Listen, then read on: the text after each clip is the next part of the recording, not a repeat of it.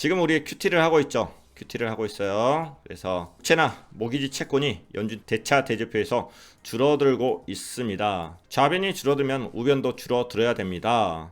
그 줄어드는 것 자체가 총 오른쪽에는 5개 부채가 있지만은 유통되는 통화량 중요하지 않고 재무부 예금 중요하지 않고 기타 부채도 중요하지 않다. 지급준비금이나 영내포가 중요하다. 그런데 영내포가 현재 줄어들고 있는데 약간의 여유는 있다. 이게 다 줄어들고 나면은 지급준비금이 줄어든다. 지급준비금이 줄어들면은 은행에 있어서 유동성 문제가 생긴다.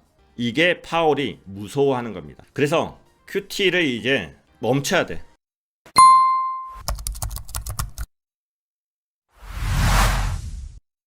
대체대표는 이제 좌변 쪽에는 자산이 들어가는 거고 우변 쪽에는 부채하고 자본이 들어갑니다. 킬리만이가 어떤 사업을 해. 그래서 킬리만이가 1억을 가지고 있어. 자기 자본 1억. 그리고 부채. 내가 어디서 빌려 갖고 왔어. 그것을 타인 자본이죠. 타인 자본을 부채라고 하는 거고. 이 두 개를 합쳐서 내가 이 사업에 투자했으니까 자산은 2억이 되는 거죠. 그래서 야, 부채도 능력이고 자산이야 이렇게 표현하잖아요. 부채가 자산인 거예요. 그래서 이제 좌변은 자산이 들어가고 우변에는 이렇게 부채와 자본이 들어간다. 자산 같은 경우는 국채나 아니면 모기 채권, 우리가 무엇에 자금을 어떻게 이제 사용하고 있는가, 국채를 사고 MBS를 사고, 그래서 얘네들이 가지고 있는 거잖아요. 그리고 어떤 이제 자금의 조달적인 측면, 이게 대부분은 사실은 연준에 있어서 이 자본은 얼마 안 돼요. 아주 낮은 비율이에요. 그래서 전혀 중요하지 않습니다. 우변을 차지하는 것은 거의 다 부채입니다. 부채. 이 부채의 종류는 총 5개 정도로 나눌 수가 있어요. 시장에 유통되고 있는 통화량 부채가 되는 거고, 지급준비금 부채가 되고 있는 거고, 영내포 부채가 되고 있는 거고, 재무부 쪽에서 예금을 하는 거, 그 돈을 누가 관리하느냐? 일반은행에다 관리하는 게 아니라 이게 중앙은행에 맡깁니다. 그래서 재무부 일반 어카운트가 따로 있습니다. 중앙은행에 있어요. 그래서 이 부분, 그리고 기타 부채, 여기 기타 부채라는 것 자체는 결국에 역레포라는 것 자체는 자국 내, 미국 내에서 이제 움직이는 거고, 그 다음에 기타 부채는 해외와 관련된 있는 겁니다. 대상이 해외예요. 그래서 중요한 것은 여기서 하고자 하는 이야기는 이게 서로 연관성이 있다. 유통되는 통화량은 거의 변화량이 많지 않습니다. 꾸준히 늘어나는 건 맞는데 이건 중요한 부분이 아니고, 그리고 기타 부채도 크게 변화량이 없어요. 중요한 부분은 이 세 개. 사실은 2개. 지금 시장에 있어서 영내포가 0에 가까워지고 있습니다. 이러고 있어요. 0에 가까워지고 있습니다. 그러면은 지급준비금은 올라가고 있거든요. 근데 영내포가 0에 되는 것은 정상화가 되고 있는 겁니다. 나중에는 지급준비금이 떨어지게 돼요. 여기서 QT를 계속 하게 된다면 좌변하고 우변하고 동일해야 되니까 계속적으로 얘들 국채 팔고 모기채권 팔고, 사실은 파는 건 아니고 만기가 되면은 다시 재매수를 안 하는 거죠. 어쨌든 좌변이 줄어들고 있어. 그러면 우변도 줄어들어야 돼. 얘는 다 줄어들어 가고 있어. 준비금은 사실은 늘어나고 있거든요. 근데 얘가 0에 갔으면은 그 다음은 여기서 QT를 계속 한다고 하면은 지급 준비금이 문제가 생기는 거예요. 지급 준비금이 문제가 생긴다? 그러면 은행이 문제가 생기는 거예요. 은행이 돈이 없어지는 거예요. 이게 무서운 겁니다. 그래서 하나 A씨를 하나 이제 들어보면은, MMF는 단기적인 데 투자를 합니다. 아까 영내포의 한 80%는 MMF 쪽 자금이라고 했죠. 그래서 지급준비금하고 어떤 상관관계가 있을까? 지금 현재 상황들이 그렇죠. 지금 영내포가 줄어드는 이유가 뭡니까? 영내포도 이자를 주는데 지금 밖에 국채 투자하는 게 더 유리해. 만기 1년 이하의 국채금리가 영내포 금리보다 높다면은, 아니 밖에 시장에 있는 1년짜리 국채에 대한 수익률이 더 높아. 그럼 여기다 투자를 하면 바보죠. 단기적인 건 빨리빨리 먹어야 되는데 여기다 투자해야지. 여기다. 그래서 영내포 여기에서 자금을 인출을 해버리는 거죠. 인출을 슉 해요. 그래서 지금 줄어들고 있어. 그럼 이 돈이 어디로 갈 거냐는 거예요. 국채를 사겠죠. 1년짜리 국채를 샀어. 1년짜리 국채를 시장에서 샀으면은 이 팔았던 사람들의 돈이 이제 유동성이 생기죠. 그 돈들이 은행에 예치될 확률이 높다는 거죠. 이 자금은 은행에 예치돼서, 은행에 예치가 되면은 그 돈이 연준의 지급준비금으로 들어올 확률이 높은 거예요. 그래서 영내포가 떨어질 때 지급준비금이 최근에 늘어나고 있는 이유 자체가 이런 부분입니다. 사실은 지금 1년짜리 국채 수익률이 지금 영내포 금리보다 낮는데 그럼에도 불구하고 국채 쪽으로 자금들이 움직여요. 그거 자체는 채에 대한 그 이자가 아니라 지금 이자 먹고 나중에 이거에 대한 수익률이 떨어지면 국채 가격은 올라가잖아요. 그래서 투자 수익률이 이쪽이 더 낮다고 판단들을 하고 있는 겁니다. MF 쪽에서. 자, 또 하나 이제 해석해야 될 게 재무부 예금. 재무부 예금인데 결론은 지금은 이제 우리가 이해해야 될 부분, 진짜 이해해야 될 부분은 이거예요. 이거. QT 진행 시 대차 대조표의 상관관계. 지금 현재 소극적 양적 긴축을 하고 있죠. 적극적으로 시장에 때 파는 게 아니라 만기된 것을 다시 재매수를 안 하고 있으니까 그런 식으로 이제 자산을 줄여가고 있습니다. 그래서 양적 긴축을 통해 가지고 여기서 $1000 정도를 진행을 했어. 그럼 국채를 재매수 안 해갖고 국채를 $1000 정도 이렇게 줄였습니다. 자, 줄였으면은 만기가 됐잖아요. 만기가. 그럼 원금은 누가 줘야 돼요? 국채를 발행하는 쪽에서 줘야 되죠. 그럼 누굽니까? 재무부죠. 미국 정부. 그럼 미국 정부에서는 $1000 줘야 되는 돈이 어딨냐고. 여기 있지. 재무부 예금에서 빼가지고 이 $1000를 줘버립니다. 그럼 얘는 빠졌지. 그러면 재무부 쪽에서는 이렇게 이걸 다시 보충을 해야 될 거잖아요. 재무부가 다시 여기서를 먼저 줬으니까 다시 보충을 하려면 어떻게 해야 돼요? 다시 신규로 국채를 발행을 하는 거죠. 그럼 신규로 국채를 다시 발행을 하면은 이 신규 국채는 누가 사줍니까? 은행이 사주겠죠. 정확히는 프라이머리 딜러들이 사주는데 은행이 사주입니다.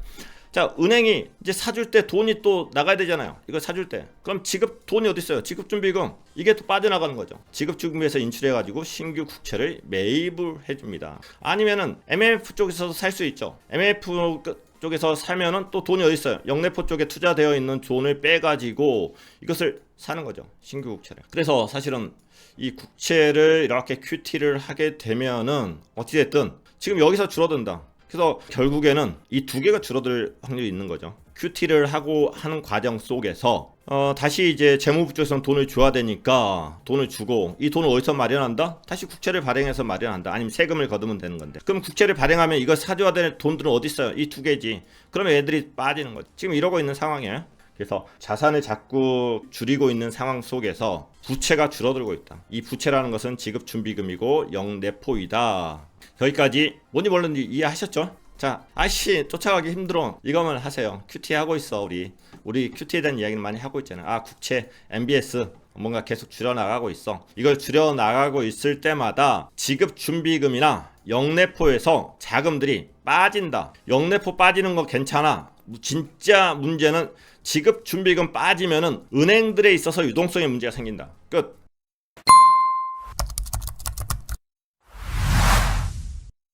중요한 건 끝났어요. 이젠 그림들은 이제 우리가 이제 많이 본 거죠. 자, 연준의 대차 대조표입니다. 대차 대조표는 자산이고 또 부채이기도 하다. 그래서 부채 자체가 지금은 7조 4,700억 달러 정도 이렇게 남아있다. 이 부채를 줄이는 과정 속에 있는데 어떤 문제가 생길 수 있다. 그 어떤 문제가 생기는 것은 은행권에 대해서 유동성에 이제 문제가 생기는 건데 지금 나중에 예를 들게 이거예요. 2019년도 9월 과거에 QT를 했을 때 첫 번째 QT입니다. 지금은 두 번째 QT 했을 때 레포 시장에서 발작이 일어났다. 은행끼리 돈을 빌려줘야 되는데 급전이 필요해. 하루짜리 채권 빌려줄 테니까 빨리 돈 좀 꿔줘 했는데 갑자기 이게 안 빌려주기 시작을 해. 아니면 금리를 야, 이 금리 갖고 안 돼. 금리 이 정도를 줘야 돼. 큰일이 일어난 거지. 그럼 정상적인 은행 시스템이 망가진 거죠. 그때 어떤 일이 일어난다? 연준에서 시장에 개입을 하더라. 연준의 대차 대표가 떨어지는 과정 속에서 어떤 문제가 터지더라. 그 문제를 연준이 시장을 개입하면서 해결을 하더라. 문제가 더 터질 수 있었는데 코로나 팬데믹 때문에 돈을 막 집어넣어서 이 문제는 기억에도 없는 문제가 되어버렸다. 이렇게 생각하시면 됩니다. 자, 과거에 이번에 지금 QT를 하고 있어요. 열심히 QT를 줄여나가고 있어요. 어떻게 됐어요? 문제가 터지더라. 작년 3월 실리콘밸리 은행에 문제가 터지더라. 그래서 어떻게 돼요? 다시 올라가더라. 여기도 올라가더라. 올라간 뭐예요? 문제더라. 나중에 이게 올라간다? 문제다. 뭔가가 문제가 있는 거다. 그런데 무한정 떨어뜨릴 수 없다고 말씀드렸죠. 무한정 떨어뜨릴 수 없다. 무한정 이것을 계속적으로 얘네들 팔고만 있으면은 여기서 문제가 생긴다. 영내포가 지금 받쳐주고 있는데 이게 0이 돼버리면 그 다음 빠져나가야 될 것은 지급준비금이더라. 지급준비금이 빠져나가면 은행에 문제가 생기더라. 이 문제가 생기면 시스템 안전 문제가 생기더라. 자, 영내포 쪽에 이제 결국에는 연준한테 돈이 이쪽으로 가는 거죠. 연준한테 돈을 이렇게 빌려주는 거예요. 빌려주는 거. 그래서 시장의 유동성을 빼가는 거. 연준 입장에서 유동성을 빼가는 거. 이것을 영내포라고 한다. 대부분의 영내포는 MF들이 구성되어 있다. 한 80% 정도는 MF 관련된 국채에서 해당된다. 지금 현재 이게 이렇게 줄어들고 있어요. 4,600억 달러 정도밖에 이제 영래포 잔고가 남지 않았습니다. 최고치 대비해가지고 1조 8,700억 달러 정도가 감소를 했습니다. 그런데 이제 여러분 이제 이걸 아셔야 돼요. 영래포라는 것 자체는 평상시에는 0이거나 0에 가깝다. 평상시에는 이래요. 이것은 QE 후반부부터 해가지고 QT 초기까지 과잉 유동성이 존재하면서 시장에 돈이 많다 보니까 그 유동성을 연준 쪽에서 빼가는 거죠. 야, 이자 줄게. 이자 줘? 우리 돈이 남는데 야 잠깐 여기 들어갔다 오자. MF 입장에서는 단기적인 이익을 추구해야 되니까. 그래서 이렇게 늘어나는 거예요. 과잉 유동성이 존재할 때만 있는 것 자체가 영래포입니다. 영래포. 지금 이게 0으로 가고 있어. 0으로 가고 있다는 것은 뭡니까? 정상화가 되고 있는 거예요. 정상화가 되고 있는 겁니다. 이상한 게 아니에요. 정상화가 되고 있다는 거예요. 지금 여기 보면은 과거에 2019년 같은 경우도 이게 거의 0이죠. 2019년에 아까 9월달에 무슨 일이 생겼다고 했죠. 레포 시장에 발작이 일어났다. 근데 여기도 0이에요. 근데 아직까지도 사실은 이게 많이 줄어든 게 문제가 아니라 어떻게 보면은 많이 남아있네. 과거 2016년 17년도에 이렇게 있었던 부분 아니냐고. 보세요. 이게 영래포 잔고야. 과거에는 없었어. 그러다가 어떤 이제 영래포 시장 이렇게 들어오고 이렇게 들어오고 그러면 지금 위치는요. 이번에 사이클 이전하고 비교해 보면은 맞네. 이번에 많이 줄어든 거지. 과거에 비교하면 많이 남았네.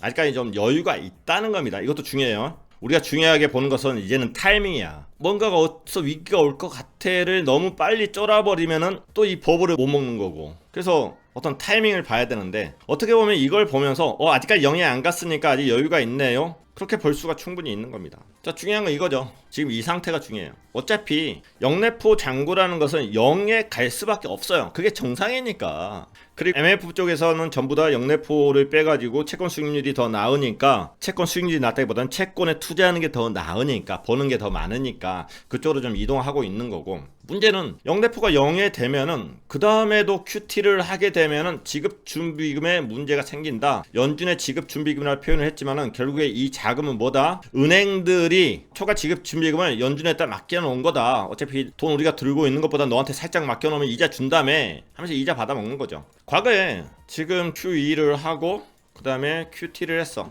QT를 하고 쭉 내려가면은 어딘지는 모르겠는데 어느 위치가 오니까 발작이 일어나더라. 여기 아까 2019년 9월 기억하십시오라고 말씀드리는 날 2019년 9월 지급준비금 잔액이 너무 낮아져. 레포 금리가 급격하게 상승했다. 중요한 거 레포 금리가 뭐가? 레포 금리가 우리는 이걸 볼 거예요. 이걸 관찰할 겁니다. 레포 금리. 그 다음에 어떻게 돼요? 연준이 개입을 한 거죠. 개입을 해가지고 시장에 돈을 푸는 형태가 되는 거죠. 금리 인하는 그 전에 했고요. 그러다가 코로나 팬데믹이 생겼고 어쨌든 위기가 더 올라고 했어요. 자, 지금은 어떻게 되느냐? 여기서 QE를 했고 그 다음에 QT를 했어. QT를 하는 과정 속에서 어떤 일이 일어났습니까? 이 작년 3월 실리콘밸리 은행 파산 이 정도 찍어보니까 이 정도더라고요. 그래서 어쨌든 또 연준이 개입을 했네. BTFP 하면서 뭔가 개입을 했어. 뭔가 쭉 개입을 했어요. 그리고 이때 이제 연준이 상설 레포를 또 신설했어요. 그러니까 연준에서 레포를 실질적으로 관장을 하는 상설 레포를 이제 신설을 합니다. 어쨌든 연준이 개입을 했다는 거예요. 연준이 개입을 했다.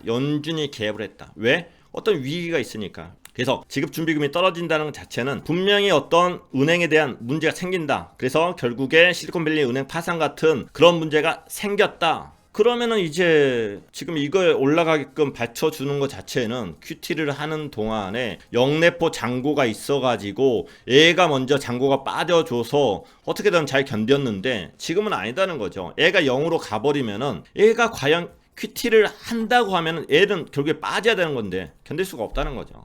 그래서 파월은 결정을 해야 되는 거예요. 슬슬 QT를 우리가 종료는 아니고 이제 이거에 대한 테이퍼링 QT 하는 양 자체가 우리가 한 달에 950억 달러씩 QT를 하고 있잖아. 실질적으로 한 750억 달러 정도 하고 있습니다. 950억 달러 정도 하고 있는데 그 맥시멈 목표치를 조금씩 줄여볼게. 근데 결정을 언제쯤 한다는 이야기는 안 했지만은 이제 다음 5월 이제 이렇게들 나오겠죠. 이게 이제 포커스가 될 거예요. 지금 이번에도 QT에 대한 이야기는 안 나왔지 않느냐. 대부분의 경제평론가는 뉴스에서는 이렇게 이야기를 합니다. 대부분의 관심은 금리 인하예요. 근데 그건 덜 중요해. 시장의 버블을 만드는 데는 중요하겠지만은 지금은 그거에 중요한 게 아니라 은행의 시스템 문제에 어떤 문제가 생기느냐 생기지 않느냐가 중요합니다. 그건 뭐냐? QT로 봐야 돼요. 지금 QT가 어떻게 줄어드느냐 이런 부분들을 봐야 됩니다. 은행의 유동성 문제가 생기느냐 안 생기느냐. 근데 지금은 어떻습니까? 지금 이런 표현을 썼습니다. QT 상황인데도 불구하고 지급 준비금이 증가한다면 금융시장에서 이것은 플러스 절약 효과가 있다고 볼 수 있다. 그러니까 금융시장에서 지금 QT를 하고 있으면은 사실은 얘네들은 줄어들어야 되지. 근데 줄어들지 않고 있어요. 지급 준비금이 늘어나고 있어. 그것은 어떻게 봐야 된다? 이거 금융시장에서는 플러스 요인인 거죠. 버블이 형성될 수 있는 거죠. 시장에 지금 돈들이 유동성이 더 좋게 가고 있는 거예요. 은행에서 돈이 남으니까 이따가 지금 연준한테 맡겨놓은 거 아니에요. 그만큼 시장에 유동성이 있는 거죠. 그게 버블들을 만들어 놓고 있는 거고. 그래서 연준이 제공하는 유동성 환경이 여전히 양호하다 이렇게 볼 수 있다 이렇게 말씀드립니다. 절양이라고 표현된 것 자체는 금으로 따지면 그런 거죠. 우리가 금이 지금 시장에 나와 있는 물량들, 채굴되어 있는 물량들 전체적인 양을 절량이라고 하고, 그리고 올해 지금 이게 채굴된 물량 이것을 유량이라고 표현합니다. 그래서 스타트 플로우 모델, 우리 비트코인 하면서 스타트 플로우 모델 어디서 들어봤잖아요. 애가 절량이 스탁이고 유량이 플로우예요.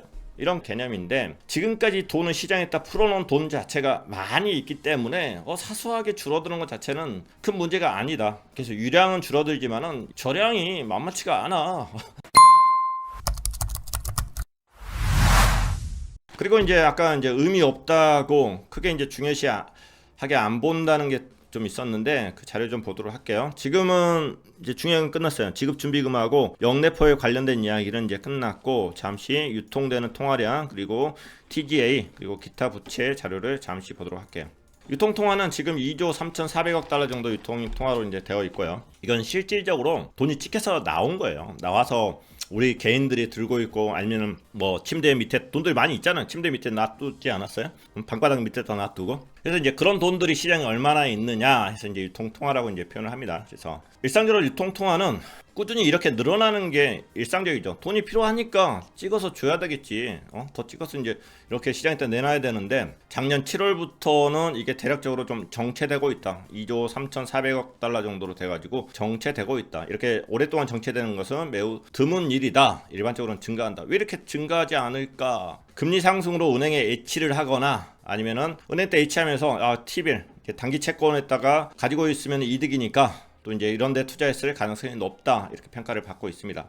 과거에 이제 Y2K 2000년도 됐을 때 컴퓨터가 이제 세상이 멸망할 거야 이러면서, 이때 2000년 되면은 ATM기가 작동이 안 할 수 있잖아. 이제 시장이 불안해서 전부 다 실제로 돈을 뽑아가지고 개인들이 보관했을 때 이렇게 확 늘어나는 느낌이 있죠. 리먼 브라더스 파산, 은행도 못 믿어 했을 때 확 늘어나는 느낌. 코로나 팬데믹 때 찍어가지고 막 시장에다 많이 뿌려줬으니까 그때 확 늘어나고, 지금은 이렇게 정체되어 있다. 은행에 지금 많이 들어가 있다는 거예요. 그래서 그게 지급 준비금으로 많이 활용이 되고 있다. 그리고 재무부 일반 계정, 그래서 TGA 계정이라고 합니다. 그래서 트레저리 제너럴 어카운트. 그래서 이만큼 밑에 막 떨어질 때마다 부채 한도 싸움 했었잖아요. 지금 돈이 없어 우리가, 그래서 백악관 셧다운 해야 돼 이런 이야기 나왔을 때. 근데 지금 부채 한도가 다 협상이 되면서 이만큼 올라간다. 결국에는 세금을 걷어가지고 여기다 플러스를 시키거나 아니면 채권을 발행해갖고 플러스를 시키는 거죠. 이것은 재무부에 대한 어떤 운영 능력, 그런 게 활용이 되는 거고요.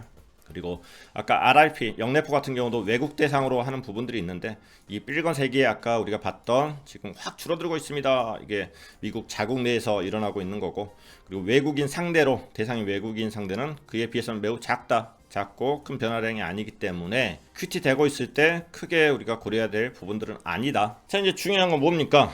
지금까지 이야기했던 것 자체는 지금 QT를 계속 하게 되면은 이제 영래포 잔고가 0에 도달하고, 그 다음에는 지급 보증금이 줄어들게 된다. 지급 보증금이 줄어들게 되면은 은행에 있어서 유동성 문제가 생긴다. 그러면은 시장이 놀래겠네? 난리가 나겠네? 그것을 어떻게 이제 대처하느냐? 그거에 따라서 시장이 이상하게 가느냐, 아니면은 빨리 또 정상화 되느냐, 이제 그런 이제 관계성이 있겠죠. 자, 그래서 우리는 무엇을 볼 수 있느냐? SFR 금리 전에 봤습니다. 이것도 이제 레포 금리인데 연준 쪽에서 이제 만들어 놓은 금리라고 보시면 돼요. 단기 금리. 은행끼리 돈 빌려주는 금리. 야, 급전 필요해, 돈 좀 빌려줘 하는 이제 그런 금리입니다. 과거에 아까 2019년도 9월 달에 어떤 문제가 생겨났다고 했죠. 레포 시장에 있어서 유동성 문제가 생겼다. 그래서 급전들이 필요했다. 그래서 어떤 그것을 문제를 해결하기 위해서 연준이 끼어들었다. 그 시그널을 어떻게 우리가 보느냐? 이거죠. 급전을 빌리는데 2% 금리면 될 걸 가지고 지금 거의 5. 몇 %까지 이렇게 올라가는 현상. 그래서 문제가 생겼구나 이렇게 알 수 있다는 거죠. 2019년 9월 16일 자금 시장이 경색이 됐었다. 연준의 QT 그리고 분기 법인세 국고 회수 세금을 걷었다는 거죠. 분기 법인세 국고 회수. 지금도 우리는 QT를 하고 있고 그리고 4월달 가가지고 미국에서 또 세금을 걷습니다. 그래서 일부 경제학자들은 4월달에 좀 안 좋을 거야, 세금 많이 내야 돼, 이런 이야기가 나오고 있고요. 그리고 대규모 국채 입찰은 재무부에서 하는데 꾸준히 하고 있죠.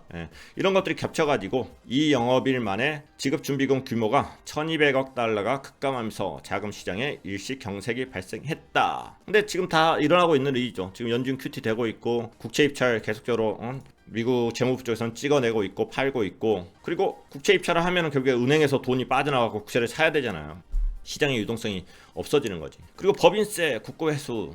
그래서 10월 11일 날 가가지고 임시 FOMC 회의하고 한시적 재정증권 매입을 발표하고 레포를 통한 긴급자금 지원을 발표했다. 그래서 연준이 개입을 해서 해결했다. 그리고 이거 제가 전에도 봤던 자료라고 말씀드렸죠. 그게 언제였죠? 이때 SOFR 자체가 갑자기 이렇게 금리가 막 올라가더라. 큰일 났어. 멀리서 보면 전혀 안 보이는데 자세히 보면 굉장히 컸습니다. 굉장히 커서 시장에 영향을 미쳤었다. 그 당시 이런 부분이 SOFR 금리 자체를 관찰하는 것 자체가 지급 보증금에 있어서 어떤 문제가 생기느냐, 은행의 유동성에 어떤 문제가 생기느냐, 이런 관찰 포인트가 될 것이다. 돼야 된다. 이렇게 생각을 합니다.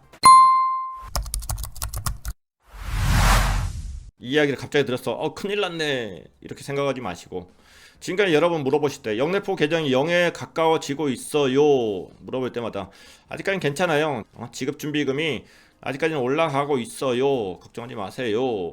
근데 아직까지 이 여유의 폭이 있어요.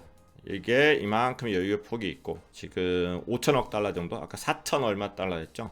이 정도 여유의 폭이 있고, 그 다음에 지급준비금이 어디까지가 떨어져야지 위기일 것인가, 그건 알 수는 없습니다. 알 수는 없는데 어쨌든 우리가 영업회 거정이 0이 되더라도 당장의 문제가 생기는 건 아니다. 하지만은 긴장을 해야 될 시기는 다가오고 있다. 0이 되면 우리가 긴장을 좀 해야 된다. 이런 말씀 드립니다. 좀 어렵죠? 어려운데 어려울 게 없습니다. 정리할게요. 지금 우리 QT를 하고 있죠. QT를 하고 있어요. 그래서 국채나 모기지 채권이 연준 대차 대조표에서 줄어들고 있습니다. 좌변이 줄어들면 우변도 줄어들어야 됩니다. 그 줄어드는 것 자체가 총 오른쪽에는 5개 부채가 있지만은 유통되는 통화량 중요하지 않고 재무부 예금 중요하지 않고 기타 부채도 중요하지 않다. 지급준비금이나 영내포가 중요하다. 그런데 영내포가 현재 줄어들고 있는데 약간의 여유는 있다. 이게 다 줄어들고 나면은 지급준비금이 줄어든다. 지급준비금이 줄어들면은 은행에 있어서 유동성 문제가 생긴다.